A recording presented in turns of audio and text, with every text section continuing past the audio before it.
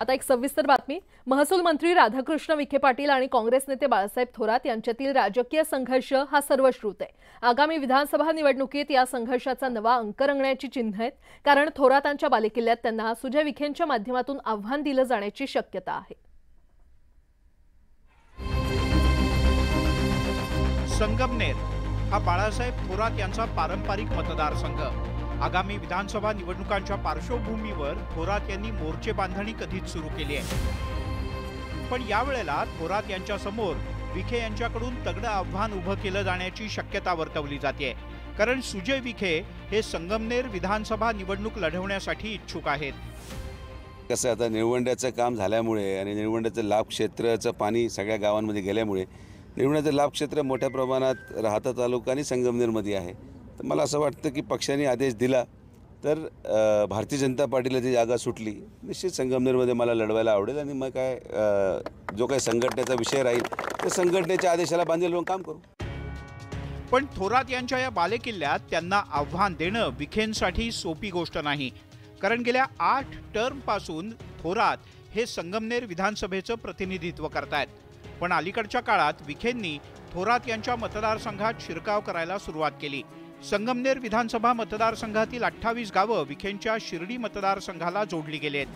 त्या 28 गावांपैकी अनेक ग्रामपंचायतींवर विखे यांनी आपला झेंडा फडकवलाय।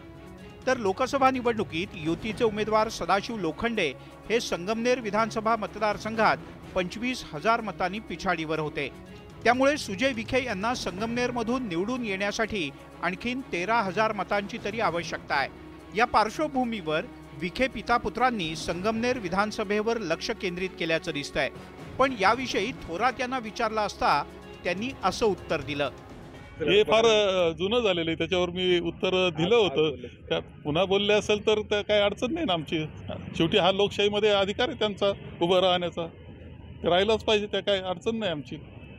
लोकशाही राहू शकतात। नुकत्याच झालेल्या लोकसभा निवडणुकीत सुजय विखे यांचा अहमदनगर दक्षिणमधून पराभव झाला। राष्ट्रवादीच्या निलेश लंके यांनी त्यांना धूळ चारली।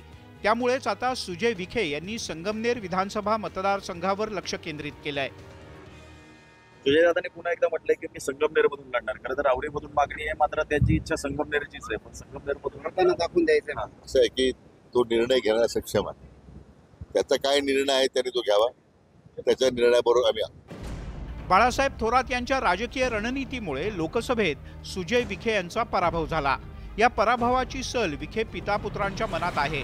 लोकसभेतल्या पराभवाचा वचपा विधानसभेत काढण्याची संधी विखे यांच्या समोर आहे आणि त्यामुळेच थेट बाळासाहेब थोरात यांना आव्हान देण्याची तयारी सुजय विखे यांनी सुरू केली आहे। संगमनेर विधानसभेत थोरात विरुद्ध विखे अशी लढत झाली तर ती राज्यातली एक प्रतिष्ठेची लढत असेल यात शंकाच नाही।